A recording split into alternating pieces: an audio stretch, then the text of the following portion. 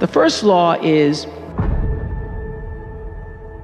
the third law of motion in physics, which says for every action, there's an equal and opposite reaction.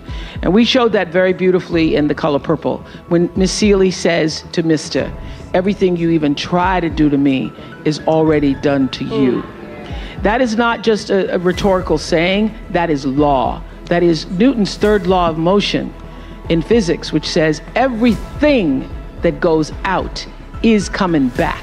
It's just like everything that goes up is coming down. May take it a long time to come down, is coming down. Everything that goes out is coming back, it's coming back. So, to answer the power of manifestation and meditation, what meditation does is sync you up with the source.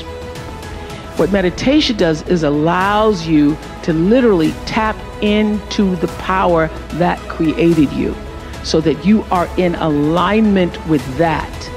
And so when you carry that out into the world, everything that you do comes from the center of that alignment that's coming from the source that we call God, we call divine energy, divine intelligence, whatever name you want to give it to, we call life. When you are synced up with life, life just gives to you. Everything you try to do is already done. So when I figured that out, oh, what I'm putting out is what's coming back, let me get real clear about what it is I'm putting out.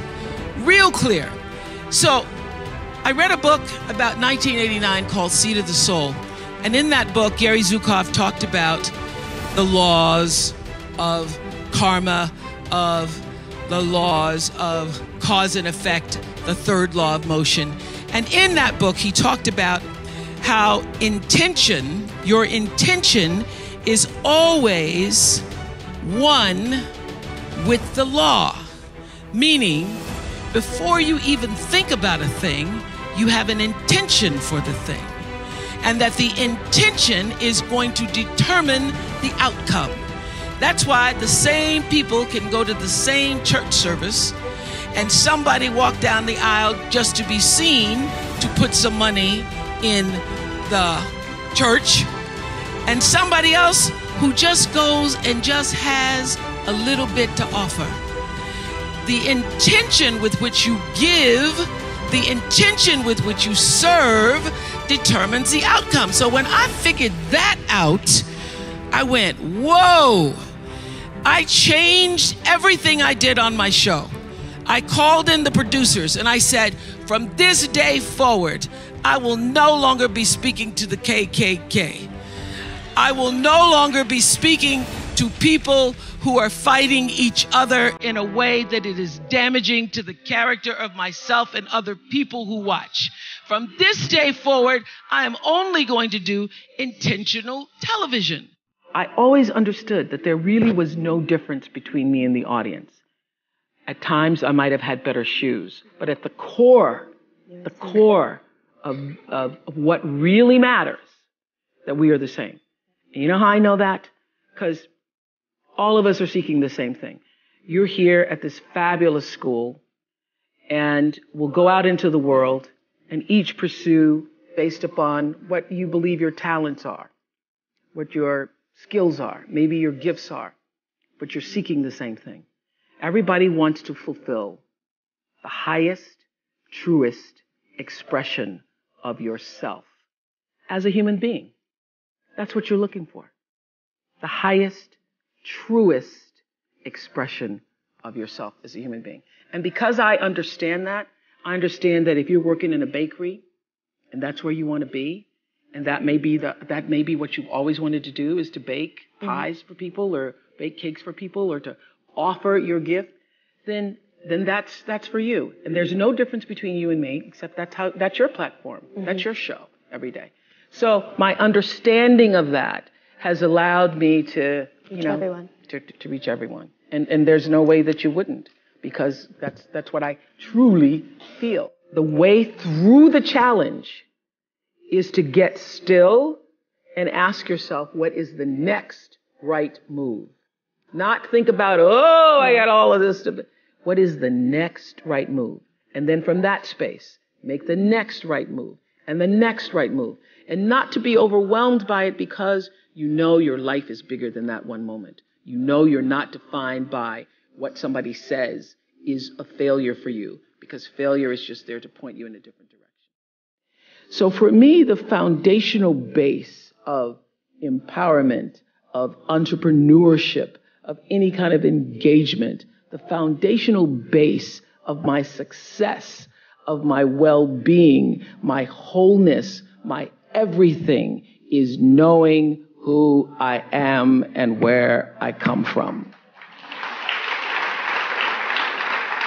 In my living room right now is a painting that I've owned now for 30 years.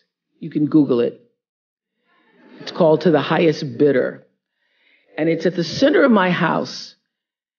And it's at the center of my house because it actually is symbolic of the foundation of not the house, but the foundation for my life. The painting is by Harry Roseland, who was a genre painter in the early 20th, late 19th century. And the painting is over 6 feet tall, and it shows a slave woman on the auction block holding her daughter's hand. And I cannot come in the door, my front door, or I cannot leave without passing that painting. I am reminded of where I come from every day of my life, and I am reminded because I never want to forget it. And in my library, I have a framed list of enslaved African-American people, remember I showed you, who were held in bondage on various plantations, listed in the ledgers alongside the cows and the horses and the buggies and the other property. And I pass this list every day. And often I stop in front of it and just speak their names out loud and their ages. Jonas, 11 years old, $500. Sarah, 41 years old, $900. Elizabeth, 57, $800. And I force myself to consider the absurdity and the obscenity of prices being affixed to each one should they be placed up for sale. And I sometimes just pause before them with a prayer, particularly before I have to make a big decision about one of my companies or whether I move forward or whether I stay still. It reminds me, speaking those names out loud, not only of where I've come from, but how far I have to go because of them. And it reminds me that I am never alone. It reminds me of what I've come through to get through. If I leave you with nothing else, just know this for sure. There is not one thing that has ever happened to you. Not one experience, not one encounter, not one crisis, not one joyful thing that hasn't happened just to make you better and help you rise. Every single thing you're calling in, whether you know it or not, when you figure out that you are calling it in, when you actually start meditating or praying or doing or having a spiritual practice, which is the number one thing you need if you want to be successful in the world.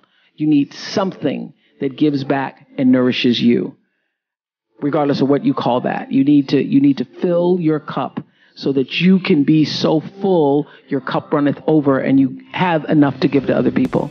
If you don't fill your cup, you end up dried up. You end up tired, exhausted, and don't have enough to give to other people. You end up resentful every time somebody asks you because your cup is empty and now they want some of yours. One of the things I tried to do all those years on the Oprah Show, sometimes people would criticize me because they felt that I didn't do enough for race or racism. But this is what I always understood, that for me, my role and my goal in life is to open people's hearts. That's what I do, is I try to tell stories that allow people to see themselves in the lives of other people. And for me, it was always more powerful and effective to do a show, for example, on single parents raising their children, and just on the panel of parents, to have a Black father. and to show the photographs or images of that father putting his child to bed and reading a story at night. That to me is more powerful than doing a story on, let's talk about fathers, Black fathers who are raising their children. Because the goal for me is to show that we are all more alike than different, and that in our humanity, in our ability to express our humanness,